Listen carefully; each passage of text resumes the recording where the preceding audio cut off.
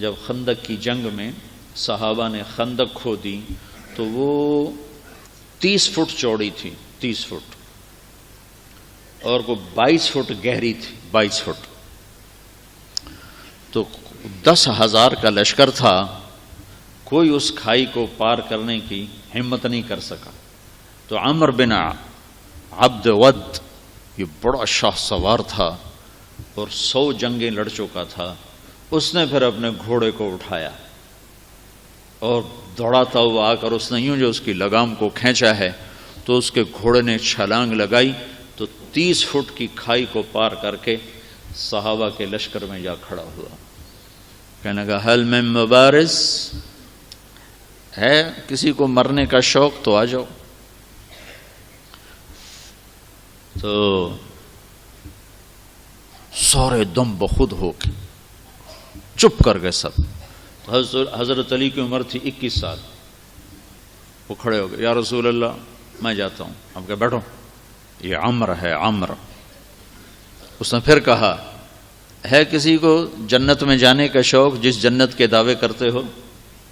تو کوئی نہیں کھڑا ہوا۔ حضرت علی کھڑے ہوئے، یا رسول اللہ میں جاتا ہوں۔ ہم نے کہا بیٹھو، یہ عمر ہے، عمر۔ پھر تیسری دفعہ اس نے کہا کدھر گئے تمہارے جنت کے شوق؟ تو پھر حضرت علی کھڑے ہو گئے، کہا یا رسول اللہ مجھے بھیجیں۔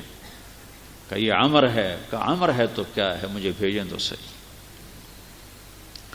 تو اچھا کہا جاؤ۔ پھر ان کے لیے دعا کی۔ تو یہ بچے سے وہ 100 جنگیں لڑا ہوا۔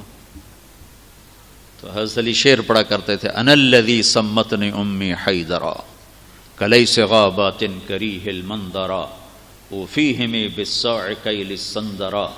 میں وہ ہوں جس کا نام اس کی ماں نے حیدر رکھا ہے، شیر،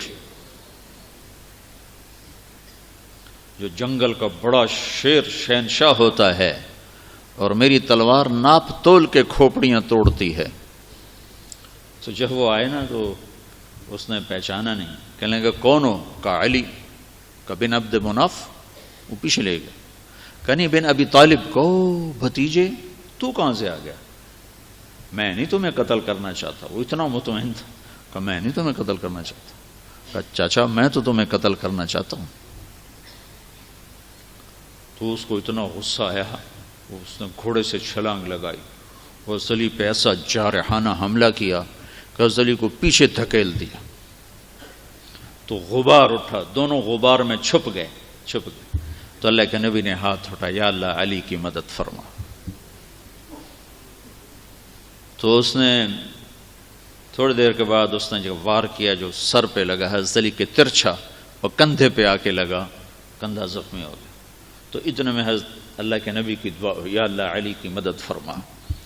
تو حضرت علی نے بڑھ کے وار کیا، اس نے ڈھال پہ روکا، وہ ڈھال کٹ گئی، سیدھا اس کی کھوپڑی پہ لگا، اور 2 ٹکڑے ہو کو نیچے گر گیا۔ حضرت حسن اور حسین بیمار ہو گئے۔ تو اللہ کے نبی خبر لینے آئے تو دونوں بچے بیمار تھے۔ تو آپ نے کہا حضرت فاطمہ سے روزے کی منت مان لو کہ اللہ تعالیٰ بچوں کو شفا دے تو ہم روزے رکھیں گے۔ تو دونوں میاں بیوی نے 3 روزوں کی منت مان لی کہ اللہ ہمارے بچوں کو شفا دے، ہم روزہ رکھیں گے۔ تو اللہ نے ان کو ٹھیک کر دیا۔ تو دونوں میاں بیوی نے روزہ رکھا، اور افطاری کا سامان گھر میں نہیں تھا۔ تو ایک یہودی تھا شمعون، حضرت علی اس کے پاس گئے، کہا کوئی مزدوری ہے؟ کوئی مزدوری ہے؟ کہاں ہے؟ یہ اون ہے، یہ صاف کر دو تو تمہیں جو دوں گا، کچھ جو دوں گا۔ تو وہ اون لے کر گھر میں آئے، حضرت فاطمہ کو دی کہ صاف کر دو۔ انہوں نے اس کو دوپہر تک صاف کیا، وہ واپس لے گئے۔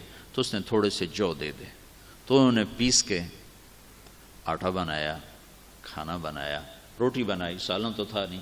دونوں میاں بیوی افطاری کے لیے بیٹھے ہیں کہ دروازے پہ آواز آئی، مسکین ہوں اللہ کے نام پہ کچھ دو۔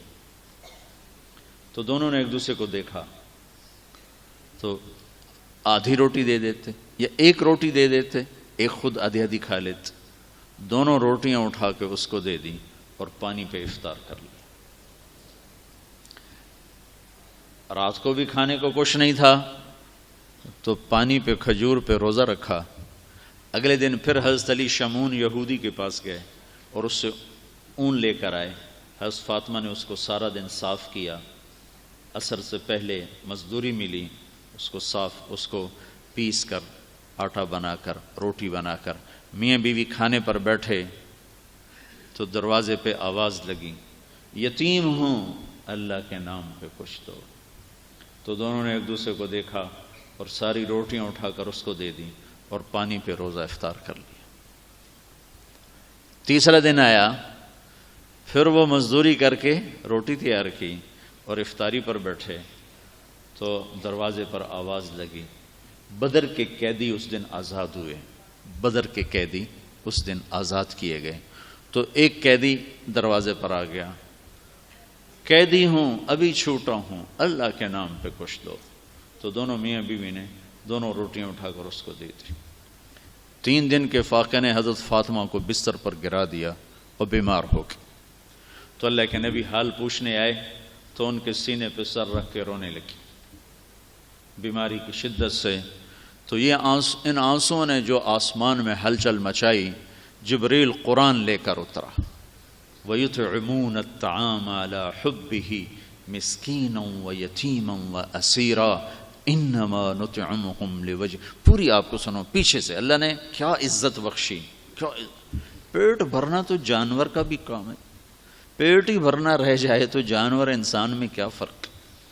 ان الابرار یشربون من کاس کان مزاجها کافورا عینا یشرب بها عباد اللہ یفجرونها تفجیرا۔ یہ میرے بندے ایک دن آنے والا ہے وہ پئیں گے جس کا انہیں تصور بھی نہیں، کافوری شراب پئیں گے۔ پھر اب ان کی یوفون بالنذر، اپنی نظر کو پورا کرتے، وہ منت کا لفظ، اپنی نظر منت کو پورا کرتے ہیں۔ یوفون بالنذر ویخافون یوما کان شرہ مستطیرا، اور آخرت کے دن سے ڈرتے ہیں۔